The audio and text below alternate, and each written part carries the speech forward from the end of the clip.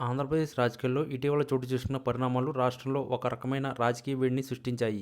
అధికార పక్షం, ప్రతిపక్షం ఎత్తుకు పై ఎత్తులు వేస్తుంటూ తమ వాదనలను ప్రజల్లోకి బలంగా తీసుకెళ్లే ప్రయత్నం చేస్తున్న తరుణంలో మాజీ ముఖ్యమంత్రి వైఎస్ జగన్మోహన్ రెడ్డి రాష్ట్ర గవర్నర్ అబ్దుల్ నజీర్ను కలవడం రాజకీయ వర్గాల్లో చర్చనీయాంశమైంది. ప్రభుత్వ మెడికల్ కాలేజీలను పీపీపీ పబ్లిక్ ప్రైవేట్ పార్ట్నర్షిప్ పద్ధతిలో అభివృద్ధి చేయాలన్న కూటమి ప్రభుత్వ నిర్ణయాలను వైఎస్ఆర్ కాంగ్రెస్ పార్టీ తీవ్రంగా వ్యతిరేకిస్తున్న విషయం తెలిసిందే. ఈ నిర్ణయం రాష్ట్రంలో వైద్య విద్యను ప్రైవేటీకరించమని ఆరోపిస్తూ వైసీపీ రాష్ట్ర వ్యాప్తంగా 1,00,000 సంతకాల సేకరణ అనే ప్రజా ఉద్యమాన్ని చేపట్టింది. ఈ ఉద్యమం ద్వారా సేకరించిన 1,00,000 సంతకాలతో కూడిన భారీ వినతిపత్రాన్ని గవర్నర్కు సమర్పించడానికి జగన్ రాజ్భవన్కు వెళ్తారు.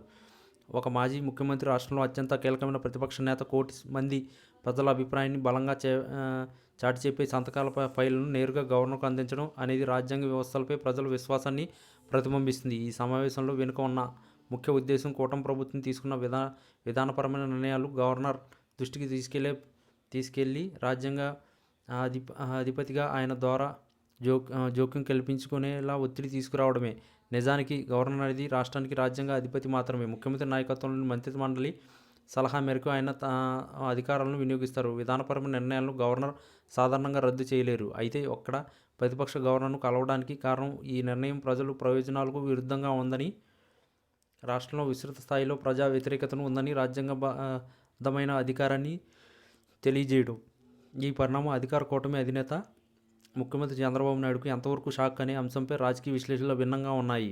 కొందరు అభిప్రాయం ప్రకారం 1,00,000 సంతకాలతో కూడిన వినతిపత్రం గవర్నర్కు సమర్పించబడడం అనేది అధికార పార్టీ నిర్ణయంపై ప్రజల్లో ఉన్న అసంతృప్తిని జాతీయ స్థాయిలో ప్రముఖంగా చూపించినట్లయింది. ఇది ప్రభుత్వానికి ఇరుగును పెట్టి ఆ నిర్ణయాలను పునఃపరిశీలించేలా ఒక రకమైన నైతిక ఒత్తిడిని సృష్టిస్తుంది. మరికొందరు నాతోను రాజ్యాంగపరంగా గవర్నర్ పాత్ర పరిమితం కాబట్టి ఈ సమావేశం కేవలం రాజకీయ ప్రయోజనాలతో కూడిన ఒక నిరసన చర్యగానే మిగిలిపోవచ్చని భావిస్తున్నారు. గవర్నర్ ఈ వినతిపత్రాన్ని సంబంధిత ప్రభుత్వ విభాగానికి పంపడం లేదా ప్రభుత్వ వివరణ కోరడం వంటి రాజ్యాంగబద్ధమైన చర్యలు తప్ప ప్రభుత్వానికి రద్దు చేసే లేదా ఆదేశించే అధికారం ఉండకపోవచ్చు. అయితే జగన్ గవర్నర్ను కలవడం కేవలం వైద్య కళాశాల అంశానికే పరిమితం కాలేదని ఊహాగానాలు కూడా లేకపోలేదు. రాష్ట్రంలో తాము ఎదుర్కొంటున్న ఇతర రాజకీయ ఆకాంక్షలు, తమ నాయకులపై పెడుతున్న కేసులు, పాలనలో జరుగుతున్నలో ఆరోపిస్తున్న అక్రమాలపై కూడా ఆయన గవర్నర్కు ఫిర్యాదు చేసి ఉండవచ్చు.